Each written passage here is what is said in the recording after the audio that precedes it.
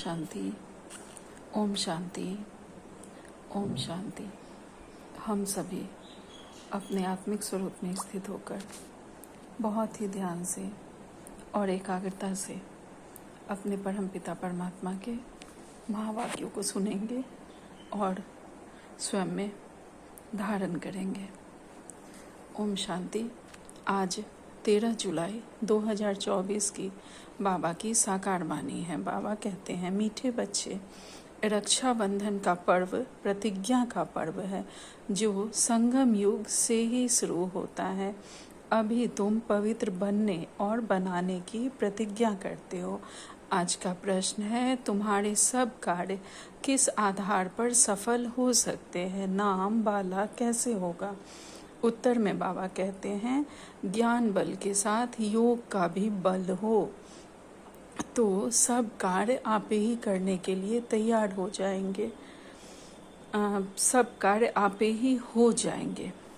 योग बहुत गुप्त है, इससे तुम विश्व का मालिक बनते हो। योग में रहकर समझाओ तो अखबार वाले आप ही तुम्हारा संदेश छापेंगे। अखबारों से ही नाम वाला होना है, इनसे ही बहुतों को संदेश मिलेगा। बाबा कहते हैं, हमारे सब कार्य किस आधार पे सफल हो सकते हैं? तो वह सफल तब होंगे जब हमारे ज्ञान में योग का भी बल भरा हुआ रहेगा। तो जो भी कार्य हम चाहेंगे, जो भी हमारे शुभ संकल्प होंगे, शुभ कार्य होंगे, वह सभी सफल होंगे ही होंगे। बाबा कहते हैं कि योग बहुत गुप्त है। यही इसी योग के जरिए हम बाबा से शक्तियाँ लेते हैं, प्योर बनते हैं और विश्व के मालिक बनते हैं। साथ ही बाबा कहते हैं, अगर हम योग में रहकर बाबा के साथ कंबाइंड होकर अगर हम किसी को भी बाबा का ज्ञान समझाएंगे तो वो खुद ब खुद समझ जाएंगे। उन्हें कोई भी तीर जल्दी लगेगा, ज्ञान का बाण जल्दी लगेगा और वह समझ जाएंगे। अखबार वाले तब हमारा संदेश भी छापेंगे। अगर बाबा के साथ योग में रहकर हम अगर उन्हें भी कोई बात समझाएंगे तो बाबा का ज्ञान देंगे। तो साथ ही बाबा कहते हैं कि अखबारों से ही हमारा नाम बाला होना है, बाबा का नाम बाला होना है और बाबा का ज्ञान फैलना है। तो बाबा कहते हैं, इसके जरिए बहुतों को संदेश भी मिलेगा और हम बाबा को प्रत्यक्ष भी कर पाएंगे। ओम शांति। आज बच्चों को रक्षाबंधन पर समझाते हैं क्योंकि अभी नज़दीक है, रक्षाबंधन का त्यौहार नज़दीक है। तो बाबा समझा रहे हैं, बच्चे राखी बांधने के लिए जाते हैं। अब जो चीज़ होकर गई है उनका पर्व मनाते हैं। यह तो बच्चों को मालूम है। आज से 5000 वर्ष पहले भी यह प्रतिज्ञा पत्र लिखाया था जिसको बहुत नाम दिए हैं। यह है पवित्रता की निशानी। सबको कहना होता है, पवित्र बनने की राखी बांधो। यह भी जानते हो पवित्र दुनिया सतयुग में ही होती है। इस पुरुषोत्तम संगम युग पर ही राखी पर्व शुरू होता है जो फिर मनाया जाएगा जब भक्ति शुरू होगी। इनको कहा जाता है अनादि पर्व।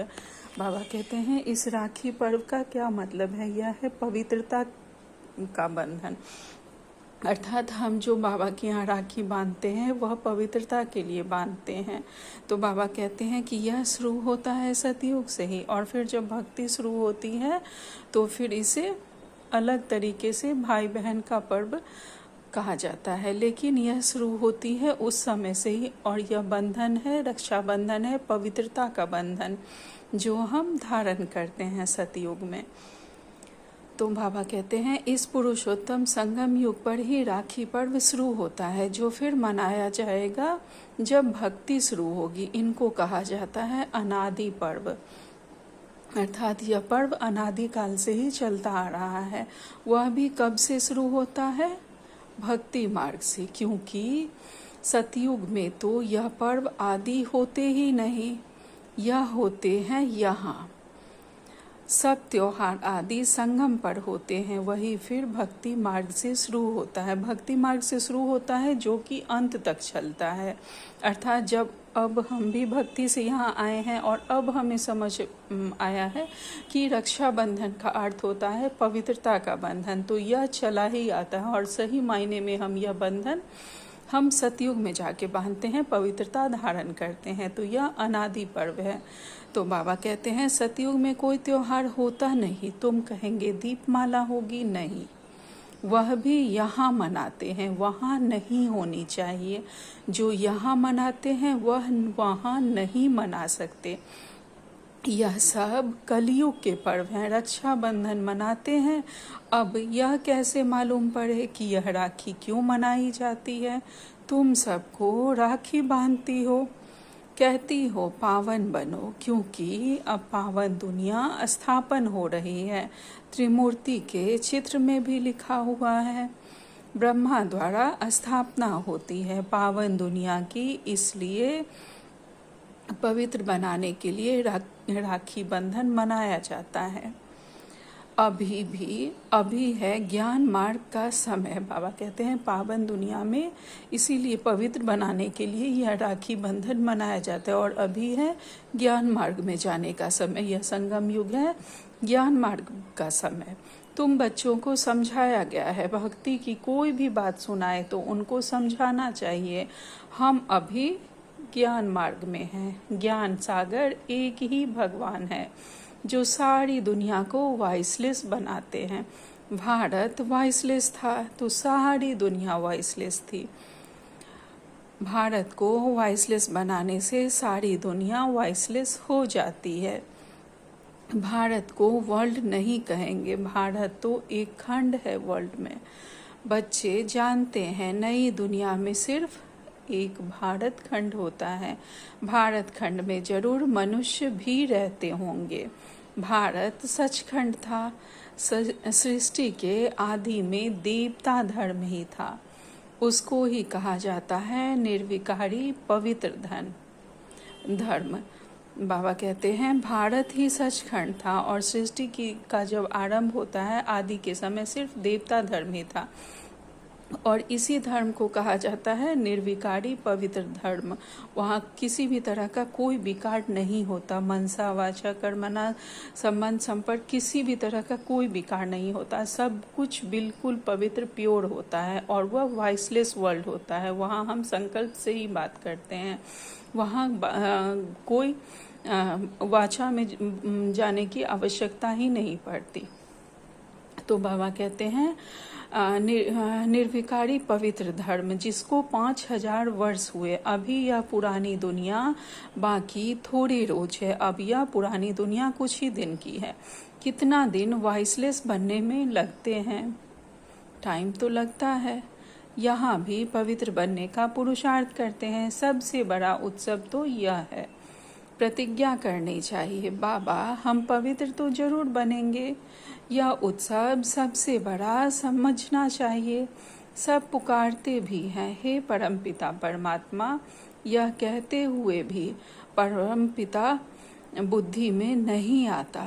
हम पुकारते हैं हे परमपिता परमात्मा, लेकिन तब भी यह बुद्धि में नहीं आता कि परमपिता कौन है। अब हम जानते हैं कि परमपिता कौन है और भक्ति मार्ग में हम भी नहीं जानते थे। आगे बाबा कहते हैं तुम जानते हो परमपिता परमात्मा आते हैं जीवात्माओं को ज्ञान देने। आत्मा परमात्मा अलग रहे बहुकाल। यह मेला इस संगम युग पर होता है जब आत्मा और परमात्मा का मिलन होता है। कुंभ का ही मेला इसको ही कहा जाता है। ज्ञान मार्ग में कुंभ का मेला इसी को कहा जाता है संगम युग पर जब आत्मा और परमात्मा का मिलन होता है। और भक्ति मार्ग में इसे कुछ और ही नाम दे दिया गया है। तो बाबा कहते हैं जो हर 5000 वर्ष बाद एक ही बार लगता है, यह कुंभ का मेला आत्मा और परमात्मा के संगम युग का मेला।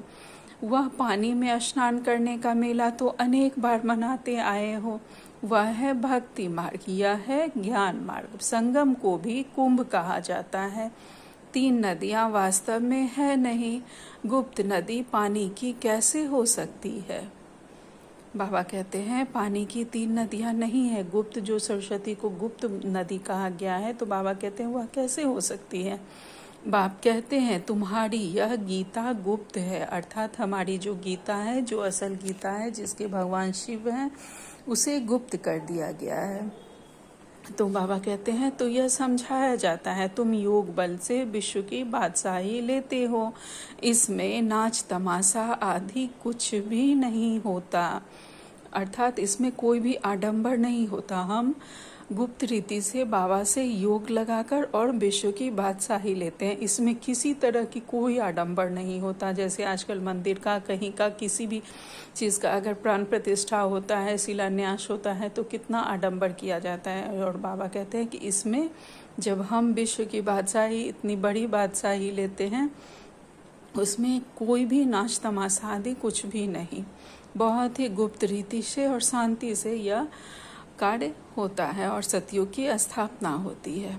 वह भक्ति मार्ग पूरा आधा कल्प चलता है और यह ज्ञान मार्ग चलता है एक लाइफ। फिर 2 युग है ज्ञान की प्रारब्ध, आधा कल्प अर्थात कितने जन्म हम लोग भक्ति मार्ग में लेते हैं, और यह सिर्फ एक लाइफ, एक जन्म में ही हमें यह ज्ञान संगम युग पर मिल जाता है। फिर 2 युग है ज्ञान की प्रारब्ध, ज्ञान नहीं चलता है। बाबा कहते हैं फिर 2 युग है ज्ञान की प्रारब्ध, अर्थात सतयुग में और त्रेता में हमें इस ज्ञान की प्रारब्ध मिलती है और उसके बाद ज्ञान नहीं चलता, और वहाँ भी ज्ञान होता ही नहीं, वहाँ हमें इसकी रिजल्ट मिलती है, प्रारब्ध मिलती है सतयुग में और त्रेता में। फिर ज्ञान नहीं रहता है, ज्ञान सिर्फ संगम युग पर होता है। भक्ति तो द्वापर कलयुग से चली आई है, ज्ञान सिर्फ एक ही बार मिलता है, फिर उसकी प्रारब्ध 21 जन्म चलती है।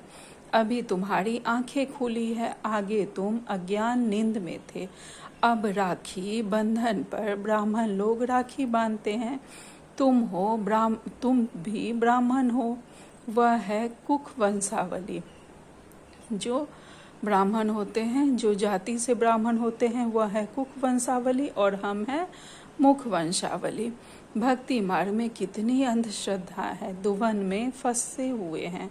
दुबन अर्थात दलदल में पांव फंस पड़ते हैं ना, अर्थात भक्ति मार्ग में किसी ने कहा ये करो तो ये तुम्हारी इच्छा पूरी हो जाएगी, वो करो तो वो पूरी हो जाएगी, मंदिर मंदिर, तीर्थ तीर्थ, दुनिया भर के हम लोग व्रत करते रहे, त्योहार करते रहे, तो बाबा कहते हैं इस दुबन में तुम्हारे पैर फंसते चले जाते हैं। तो भक्ति के दुबन में मनुष्य फंस जाते हैं और एकदम गले तक आ जाते हैं, तब बाप फिर आते हैं बचाने। जब हम पूरी तरह भक्ति के दलदल में फंस जाते हैं तो बाबा हमें बचाने आते हैं। जब बाकी चोटी रहती है पकड़ने के लिए तो चाहिए ना, अर्थात जब हम पूरे एकदम गले तक आ जाता है, भक्ति हद से ज़्यादा कर लेते हैं। कितना हम लोग निर्जला व्रत, तो कहाँ कहाँ पैदल जाना, नंगे पैर जाना, तीर्थ पर जाना, कितना ज़्यादा हम लोग करते हैं। तो जब एकदम गले तक आ जाता है तो बाबा आते हैं। जब सिर्फ चोटी रहती है हमें बचाने के लिए, तो बाबा कहते हैं पकड़ने के लिए तो चाहिए ना, अर्थात बिल्कुल हम उसमें उतर जाते हैं, भक्ति को एकदम अपने में समा लेते हैं, सोते जागते बस भक्ति की ही बातें चलती रहती है। तो बाबा कहते हैं बच्चे बहुत मेहनत करते हैं समझाने की, करोड़ों मनुष्य हैं, एक एक के पास जाना मेहनत लगती है। तुम्हारी बदनामी अखबारों द्वारा हुई है, किया भगाते हैं, घर बार छुड़ाते हैं, बहन भाई बनाते हैं। शुरू में बात कितनी फैल गई, अखबारों में धूम मच गई, अब एक एक को तो समझा नहीं सकते, फिर तुम्हें अखबारें ही काम में आएगी, अखबारों द्वारा ही तुम्हारा नाम बाला होगा। अभी विचार करना है, क्या करे जो समझे, रक्षाबंधन का अर्थ क्या है।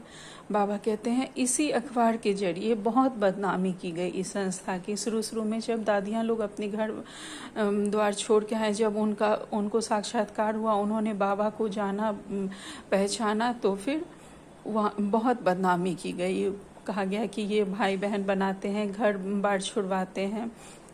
तो बाबा कहते हैं कि अब इसी के जरिए, अखबारों के जरिए ही हमारी धूम भी होगी और हमारा नाम भी, हमारे बाबा का नाम भी बाला होगा, बाबा को सब पहचानेंगे। इसके जरिए ही हम बाबा, हर एक तक तो नहीं जा सकते हैं, लेकिन अगर अखबार वालों को हम समझाएंगे बाबा से योग लगाकर, और वो अगर छापेंगे तो बहुत दूर दूर तक ज्ञान फैल सकता है।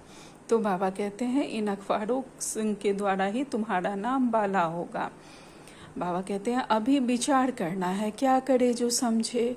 रक्षाबंधन का अर्थ क्या है? जबकि बाप आए हैं पावन बनाने, तब बाप ने बच्चों से पवित्रता की प्रतिज्ञा ली है। पतितों को पावन बनाने वाले ने राखी बांधी है। बाबा कहते हैं जो पतितों को पावन बनाते हैं उन्होंने हमें पावन बनाने के लिए बाबा ने हमें राखी बांधी है, पवित्रता की राखी बांधते हैं बाबा। जब बाबा आते हैं तो हम पवित्रता की राखी बांधते हैं। आगे बाबा कहते हैं श्री कृष्ण का जन्म मनाते हैं तो जरूर गद्दी पर बैठा होगा। कोरोनेशन कभी दिखाते नहीं। सतयुग आदि में लक्ष्मी नारायण थे, उनका करोनेशन हुआ होगा। प्रिंस का जन्म मनाते हैं, फिर करोनेशन कहाँ? दिवाली पर करोनेशन होती है, बड़ा भव का होता है, और वह है सतयुग का। उस समय जो होता है वह सतयुग का होता है। आगे बाबा कहते हैं संगम की जो बात है वह वहाँ होती नहीं। संगम की जो बात है वह वहाँ होती नहीं। घर घर में रोशनी यहाँ होने की है। वहाँ दीपमाला आदि नहीं मनाते हैं। वहाँ तो आत्माओं की ज्योत जगी हुई है। वहाँ दीपमाला की, दिवाली की कोई बात ही नहीं। वहाँ दीपमाला का त्योहार नहीं होता है। वहाँ फिर करोनेशन मनाया जाता है, ना कि दीपमाला। जब तक आत्माओं की ज्योत नहीं जगी है तो वापस नहीं जा सकते हैं। तो अब यह तो सब पतित हैं, उनको पावन बनाने के लिए सोच करना है। बच्चे सोच कर जाते हैं। बड़े बड़े आदमियों के पास बच्चों की बदनामी हुई अखबारों द्वारा, फिर नाम भी इन द्वारा होगा। थोड़ा पैसा दो तो अच्छा डालेंगे। अब तुम पैसे कहाँ तक दोगे? पैसा देना भी रिश्वत है, बेकायदे हो जाता। आजकल रिश्वत बगैर तो काम ही नहीं होता है। तुम भी रिश्वत दो, वो लोग भी रिश्वत दें, तो दोनों एक हो जाए। अगर हम भी रिश्वत देकर, पैसा देकर बाबा के ज्ञान की बातें अगर छपाएंगे तो फिर हमारे में और उन लोगों में क्या अंतर हो जाएगा? तो बाबा कहते हैं तब तो दोनों एक हो गए। तुम्हारी बात है योग बल की। योग बल इतना चाहिए जो तुम कोई से काम करा सको। हमारा योग बल बाबा से इतना हो सके कि हम कोई से भी कार्य करवा सके। भू भू करते रहना है, सबको ज्ञान देते रहना है। ज्ञान का बल तो तुम्हारे में भी है। इन चित्रों आदि में ज्ञान है, योग गुप्त है। इन चित्रों में ज्ञान की बातें तो दी हुई है, लेकिन योग गुप्त है जो हम बाबा से लगाते हैं। अपने को आत्मा समझ बाप को याद करना है बेहद का वर्षा लेने के लिए। वह है ही गुप्त जिससे तुम विश्व के मालिक बनते हो। कहाँ भी बैठ तुम याद कर सकते हो। सिर्फ यहाँ बैठकर योग नहीं, साधना है। ज्ञान और याद दोनों सहज है। सिर्फ 7 दिन का कोर्स लिया बस, जास्ती दरकार नहीं। फिर तुम जाकर औरों को आप समान बनाओ। बाप ज्ञान का, शांति का सागर है। यह 2 बातें हैं मुख्य। इनसे तुम शांति का वर्षा ले रहे हो। याद भी बड़ी सूक्ष्म है। अपने शांति के सागर बाबा से हम शांति का और ज्ञान का वर्षा ले रहे हैं। और बाबा को याद करना, योग लगाना बड़ी सूक्ष्म बात है।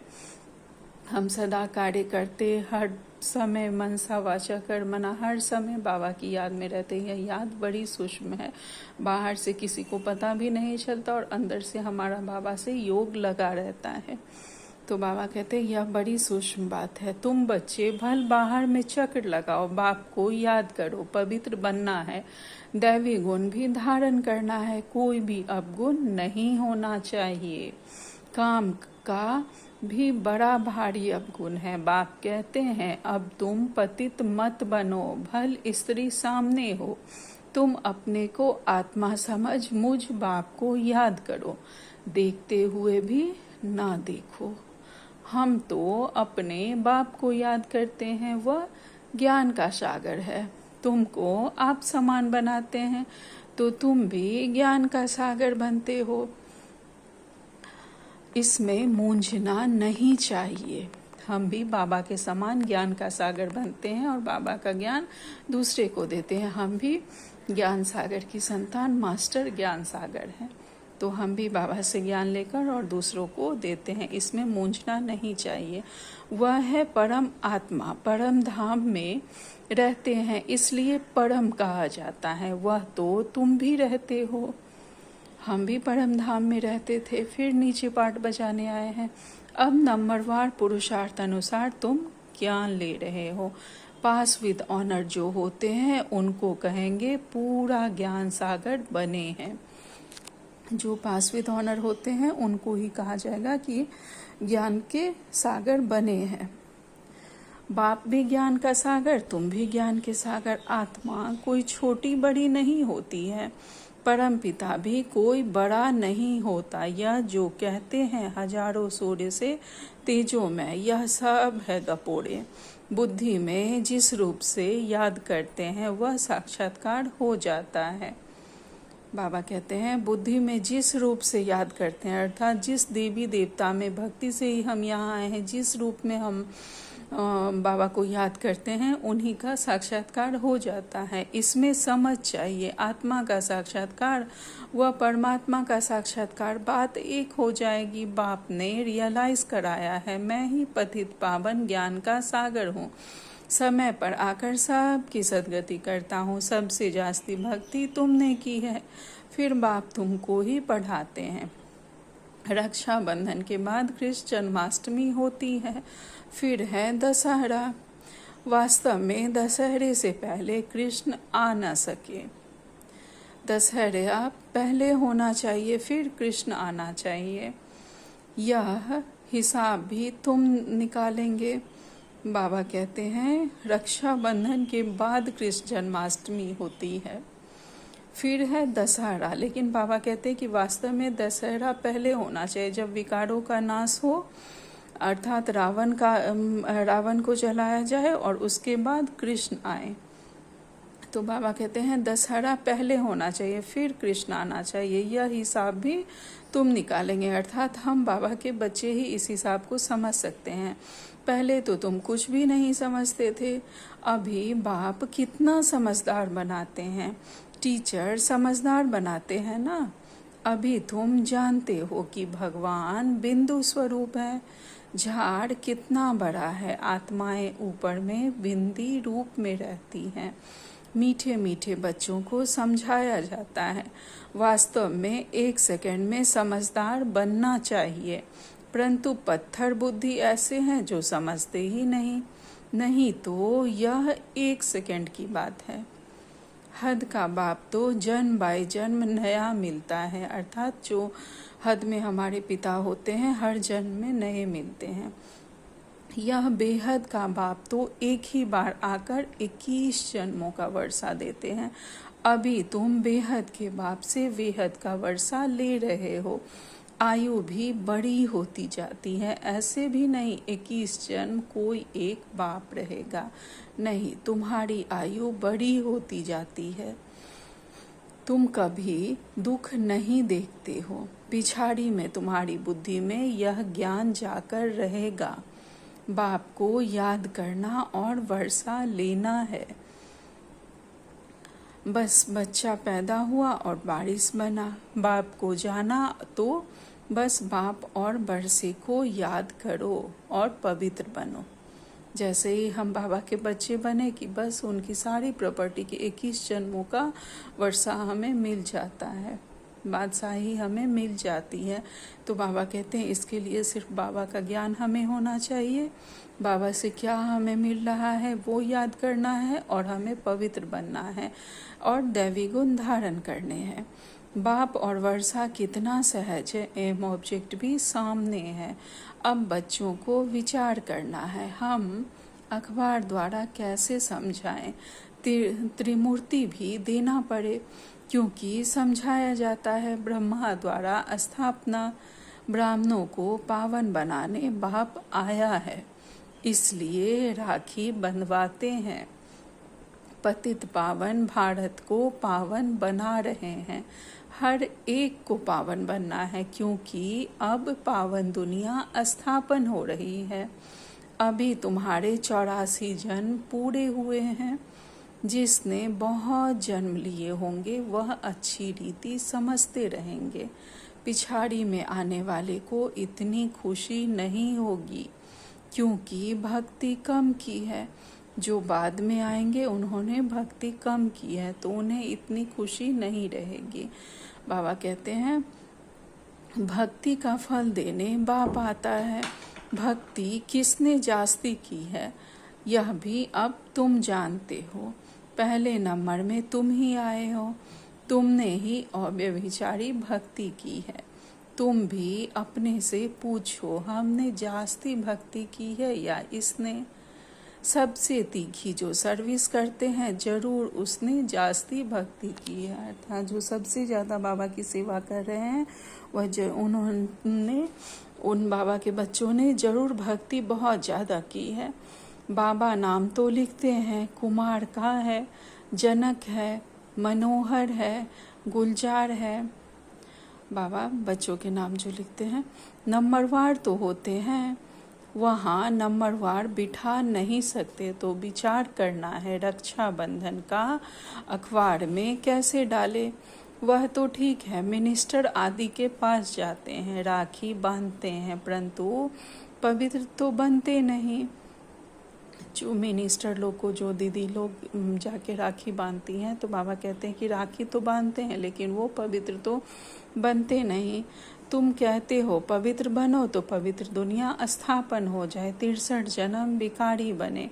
अब बाप कहते हैं यह अंतिम जन्म पवित्र बनो, खुदा को याद करो तो तुम्हारे सिर पर जो पाप है वह उतर जाए। अच्छा, मीठे मीठे सिकिल बच्चों प्रति माता पिता बाप दादा का याद प्यार और गुड मॉर्निंग। रूहानी बाप की रूहानी बच्चों को नमस्ते। हम सब रूहानी बच्चों की रूहानी माता पिता बाप दादा को याद प्यार गुड मॉर्निंग और नमस्ते नमस्ते नमस्ते। शुक्रिया मेरे मीठे प्यारे बाबा, आपका लाख लाख शुक्रिया। आज धारणा के लिए मुख्य सार में पहली पॉइंट है, पास विद ऑनर होने के लिए बाप समान ज्ञान का सागर बनना है। कोई भी अवगुण अंदर में है तो उसकी जांच कर निकाल देना है। शरीर को देखते हुए ना देख, आत्मा निश्चय कर, आत्मा से बात करनी है। योग बल, दूसरी पॉइंट में बाबा कहते हैं योग बल इतना जमा करना है जो अपना हर काम सहज हो जाए। बाबा से इतना योग हमारा रहे कि हमारा हर कार्य सफल हो जाए। अखबारों द्वारा हर एक को पावन बनने का संदेश देना है, आप समान बनाने की सेवा करनी है। आज बाबा ने हमें वरदान दिया है, देह भान को देही अभिमानी स्थिति में परिवर्तन करने वाले बेहद के बैरागी भव। देह भान को देही अभिमानी स्थिति में परिवर्तन करने वाले हम बाबा के बेहद के बैरागी बच्चे हैं। चलते चलते यदि वैराग्य खंडित होता है तो उसका मुख्य कारण है देह भान। जब हम सोल कॉन्शसनेस बॉडी कॉन्शसनेस में आते हैं तो हमारा वैराग्य खंडित हो जाता है। जब तक देह भान का वैराग्य नहीं है तब तक कोई भी बात का वैराग्य सदाकाल नहीं हो सकता। जब तक हम अपने को यह देह देखना बंद नहीं करेंगे, इससे हमारा वैराग्य नहीं आएगा, हम स्वयं को आत्मिक रूप में नहीं देखेंगे, आत्मा नहीं समझेंगे, तब तक किसी भी बात का वैराग्य हमारा सदाकाल के लिए नहीं रह सकता। संबंध से वैराग्य यह कोई बड़ी बात नहीं है, वह तो दुनिया में कईयों को वैराग्य आ जाता है, क्योंकि यहाँ देह भान के जो भिन्न भिन्न रूप हैं उन्हें जानकर देह भान को देही अभिमानी स्थिति में परिवर्तन कर देना यह विधि है बेहद के बैरागी बनने की। बाबा कहते हैं कि संबंधों से बैराग्य आना कोई बड़ी बात नहीं है, क्योंकि कई बार हम किसी भी संबंध से दुख खाकर उनसे बैराग्य कर लेते हैं। लेकिन बाबा कहते हैं कि दुनिया में भी कईयों को बैराग्य आ जाता है संबंधों से, लेकिन देह भान के जो भिन्न भिन्न रूप हैं उन्हें जानकर देह भान को देही अभिमानी स्थिति में परिवर्तन कर देना। अर्थात देह भान में स्थित होकर जो हमारे अंदर देह का जो खासकर विकार आता है, पांचों विकार आता है, कभी हम क्रोध करते हैं, कभी मोह में, कभी लोभ में चले जाते हैं, तो बाबा कहते हैं जब तक ये हमारा ख़त्म नहीं होगा, और ये ख़त्म तभी होगा जब हम खुद को सोल कॉन्शसनेस स्थिति में स्थित करेंगे। तो जब हम ये कर लेंगे, देही अभिमानी स्थिति में स्थित हो जाएंगे, तब हम बेहद के बैरागी बन सकते हैं। आज का स्लोगन है, संकल्प रूपी पाँव मजबूत हो तो काले बादलों जैसी बातें भी परिवर्तन हो जाएगी। हमने जो संकल्प किया है उसका अगर हम दृढ़ता से पालन करते हैं तो चाहे कोई भी कैसी भी बातें हो, कैसी भी परिस्थिति हो, वह परिवर्तित हो जाएगी। उसे हम बहुत ही अपने दृढ़ता के संकल्प से और बाबा के योग से उसे हम परिवर्तित कर लेंगे। आज का अव्यक्ति सारे हैं। आज 13 तारीख का अव्यक्ति सारे हैं। अति पाप आत्मा, अति अपकारी आत्मा, बगुले के ऊपर भी नफरत नहीं, घृणा नहीं, निरादर नहीं, लेकिन विश्व कल्याणकारी स्थिति में स्थित हो। रहम दिल बन तरस की भावना रखते हुए सेवा का संबंध समझकर सेवा करो। बाबा कहते हैं चाहे कैसी भी पाप आत्मा है, अपकारी आत्मा हो, कितनी भी अपकारी आत्मा हो, बगुले के समान भी आत्मा हो, उस पर भी हमें नफरत नहीं करनी है, घृणा नहीं करनी है, और उसका भी निरादर नहीं करना है, बल्कि विश्व कल्याणकारी स्थिति में स्थित होकर, अर्थात हमें पूरे विश्व का कल्याण करना है। तो इसमें अच्छी आत्माएं भी हैं और बुरी आत्माएं भी हैं। तो उस विश्व कल्याणकारी स्थिति में स्थित होकर किसी भी संबंध संपर्क में हमें किसी को नहीं देखकर, बल्कि पूरे विश्व का कल्याण करना है, बेहद में हमारी वृत्ति हो, उस भावना से हमें रहमदिल बनकर और तरस की, रहम की भावना रखकर, कोई कैसी भी आत्मा हो उसको भी हमें तरस की भावना रखकर और सेवा का संबंध, अर्थात उनकी हमें सेवा करनी है। बाबा ने उनकी सेवा के निमित्त हमें बनाया है, चाहे हम घर में हैं, सेंटर पे हैं, सेवा कर रहे हैं, मधुबन में हैं, कहीं भी हैं, बाबा ने मुझे निमित्त बनाया है, मैं निमित्त सेवाधारी हूँ। यह समझकर अगर हम सेवा करेंगे, उस पर रहम करेंगे, तरस रखेंगे, तो वह आत्मा जरूर परिवर्तित होगी। आगे बाबा कहते हैं जितने होपलेस केस की सेवा करेंगे उतने ही प्राइज के अधिकारी बनेंगे और नामी ग्रामी विश्व कल्याणकारी गाए जाएंगे। पीस मेकर की प्राइज लेंगे। बाबा कहते हैं चाहे कैसा भी केस हो जिसमें हमें कोई उम्मीद नहीं है कि हाँ ये आत्मा भी परिवर्तित हो सकती है, लेकिन उस जगह पर भी अगर हम यह विश्व कल्याणकारी की भावना से अगर हम सेवा करेंगे तो हमें रिजल्ट मिलेगा ही, पीस मेकर का प्राइज भी हमें मिलेगा और हम बाबा से भी प्राइज के अधिकारी बनेंगे और नामी ग्रामी विश्व कल्याणकारी गाए जाएंगे।